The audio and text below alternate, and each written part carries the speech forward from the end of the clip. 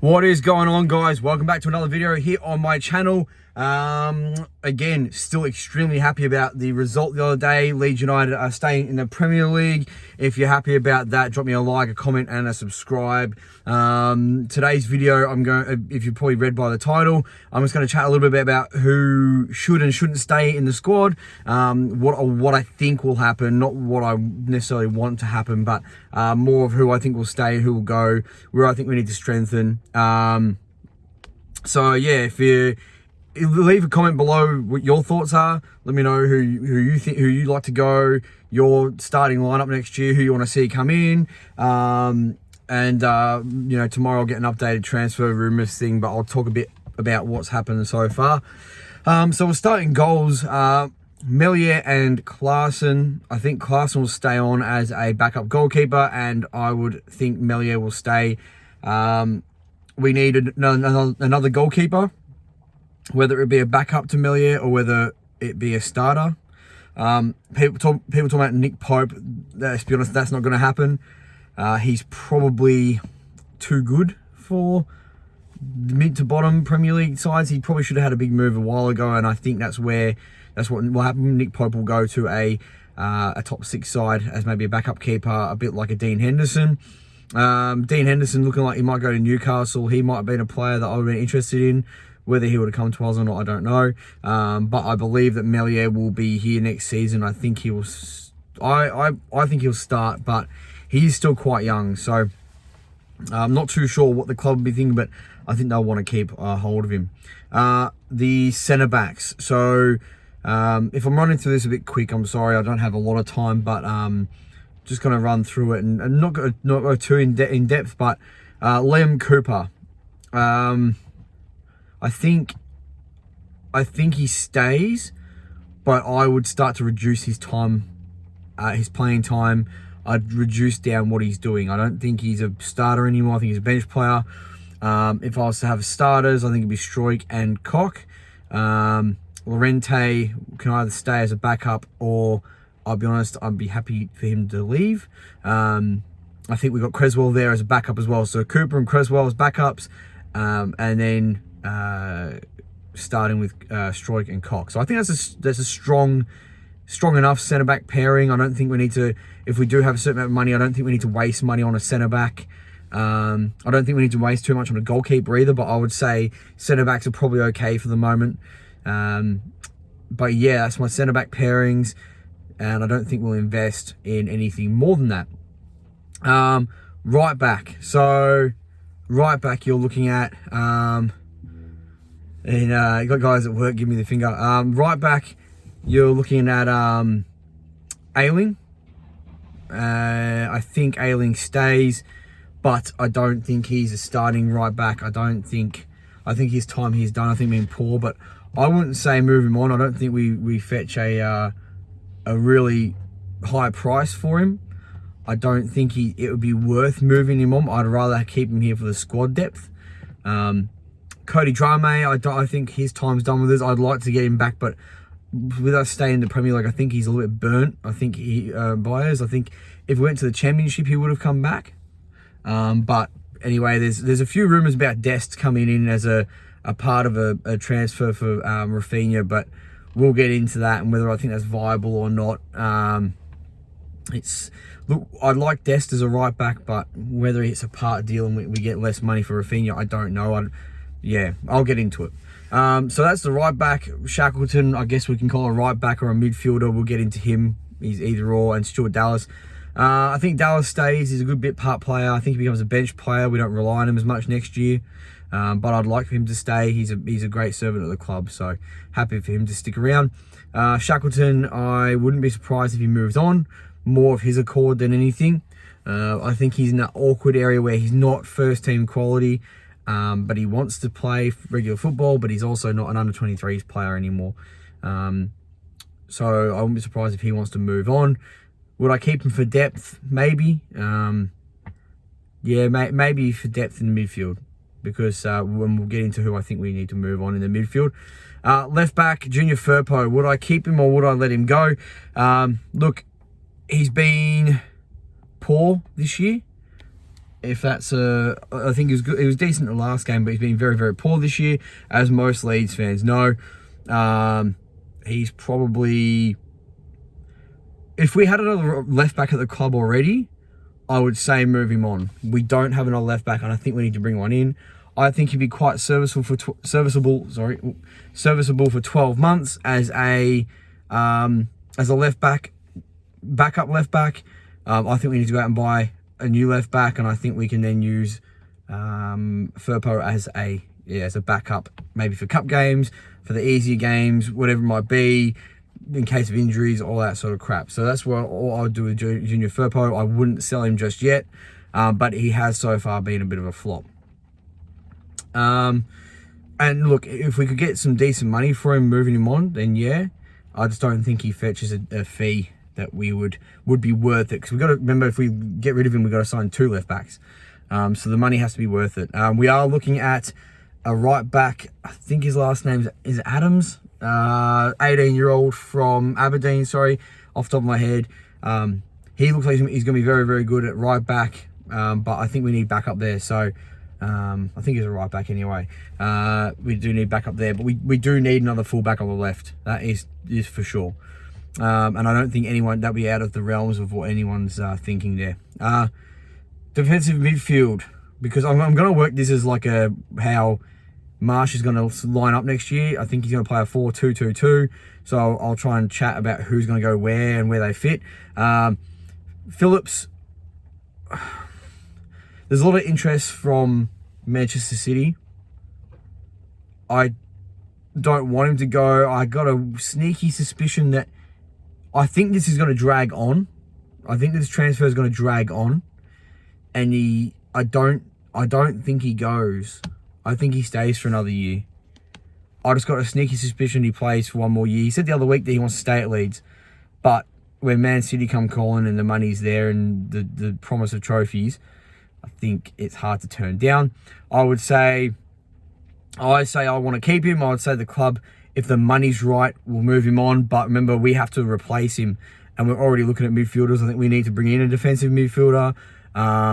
We're looking at Brendan Aronson as an attacking midfielder. I think we need another attacking midfielder. Who that would be is probably Minamino. I'm going to talk about attacking midfield pretty much because we don't have an attacking midfielder. We haven't bought a midfielder since 2018, which was Forshaw. So, yeah, I'd like Phillips to stay. Whether he does or not, I'm not too sure. But we want a hefty transfer fee for him. And if so, and we need to buy 2 quality defensive midfielders for that money. Forshaw, I think he's a weird one because he had a good little purple patch there when he first came back, but he's very injury prone. I would say move him on if we can get the fee. Maybe no, actually, I'll flip that. I'd say keep him as a backup.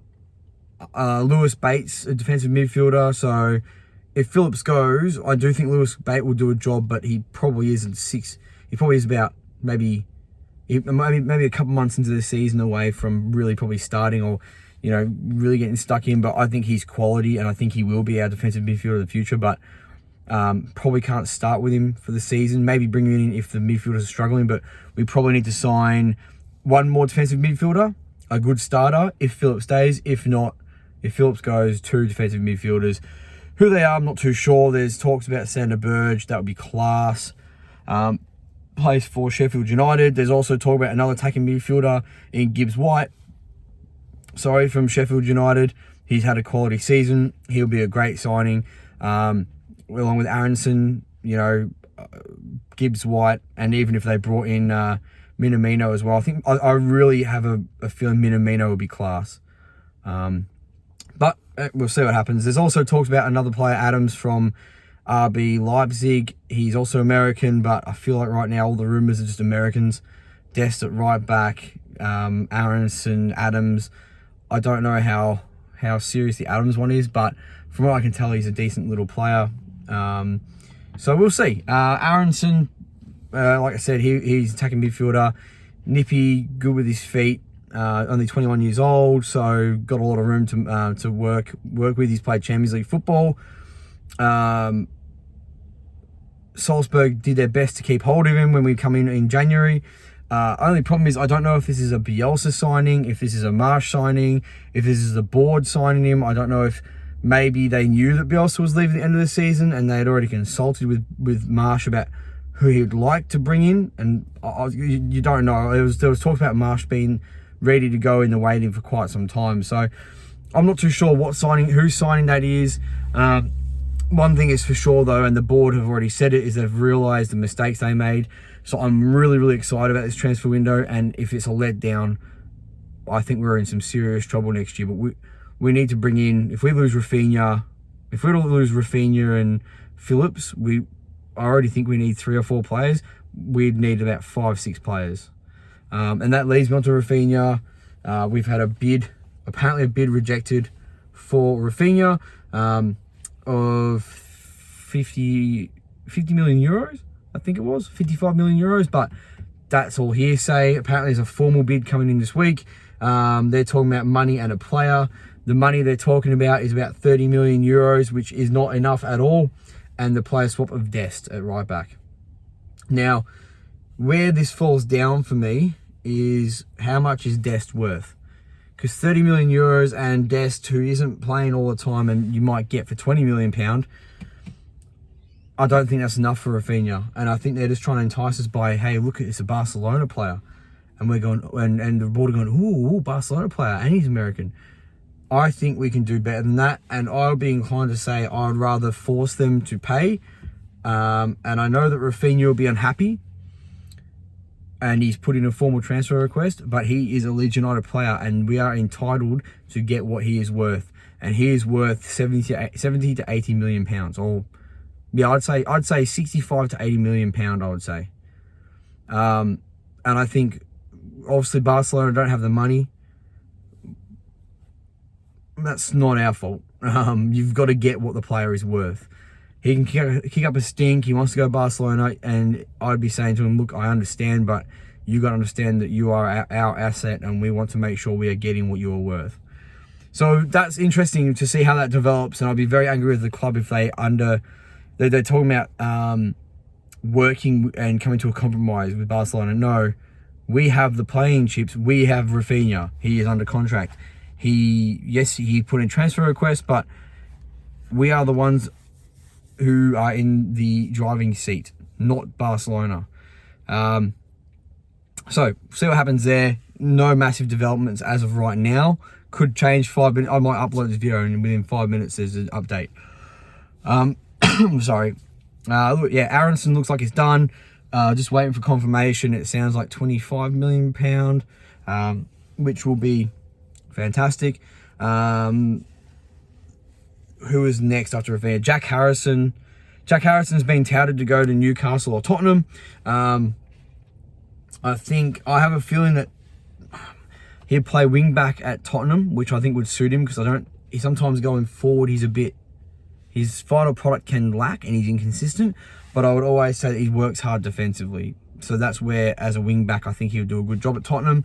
Would they stump up the money we're asking? I don't know. I would say he's worth between 25 and 30 million pound, and I think Newcastle have the money for that. And he obviously want a left winger, I think. They might play him at left back though, because Target was on loan, so I don't know if I think it was on loan, so I don't know if he will be staying or leaving. I'm not too sure on that one. But look, I would like Jack Harrison to stay, but with the system that we're playing, he doesn't have a role. I do think he's adapted to attacking midfield-ish a bit, but I would say he doesn't have a role left if we play a 4-2-2-2. So maybe cash in on him, and that pretty much nullifies the money paid for Aronson. Straight swap, all good. Positional change. Rafinha money, we need the money in the door. While we do need a right back, I don't think we need to go get Dest. I think you can use Rafinha money to get a right back and another player. If, a defensive midfielder, for example, or and And if Phillips goes, use his money to go get the goalkeeper and the left back, and there's a lot of money there, and that's talking about transfers without even having to spend a cent out of the kitty. So I think that's what Leeds need to do. I think we need to reinvest majority of the money we get back for the players that we sell. It can't be a case of 80 million for Phillips, cool, I'll take 60 of that and we'll go buy a defensive midfielder for 20. That's not fair. Invest the money, assets from selling players, invest it back in the squad. So we'll move on to Dan James. I don't think there's a spot for Dan James. He's not a striker. Attacking midfield, I don't know if he can adapt. He likes to be out wide. I would say he will probably move on. It's touted that Atalanta really like him. I don't know how much we'd get for him though. We've paid 30 million.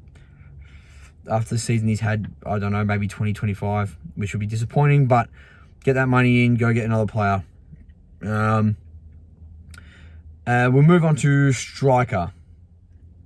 Gelhardt, he needs to stick around, has to stick around. Him and Creswell have to stick around.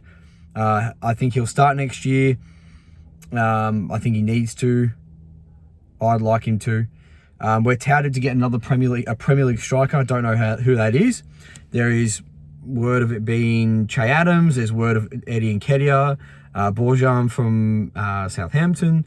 I think he might be on loan from Chelsea. So those are three names that have put a bit of sort of spinning around. Nketiah, I'm not sure. I just feel like he's a poacher and that's it. We need someone who can create something out of nothing. I don't think he can do that. I think he needs a service.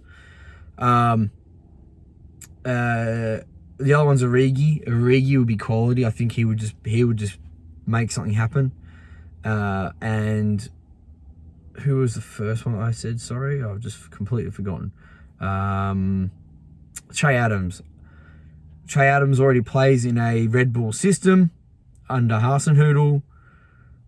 I don't think he scores enough goals, but if we got him next to a Bamford or a Gelhardt, it's more about them working together as a tandem. And if they can get 25 to 30 goals between them, I think that's enough to stay up. So one of them gets 12, one gets 13. That's all we really need out of the two, and some assists. Bamford. My problem with Bamford is injury. He's injury prone. He doesn't play a full season. We do need a striker. I would argue we need another striker. But I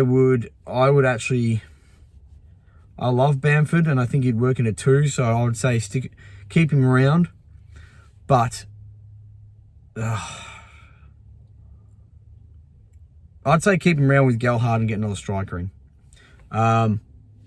So yeah, that's my thoughts on the Leeds squad. That's pretty much, it's just a sort of first team, a bit of and like the reserves who are like main reserves, your Lewis Bate, your Creswell, and your Gelhardt.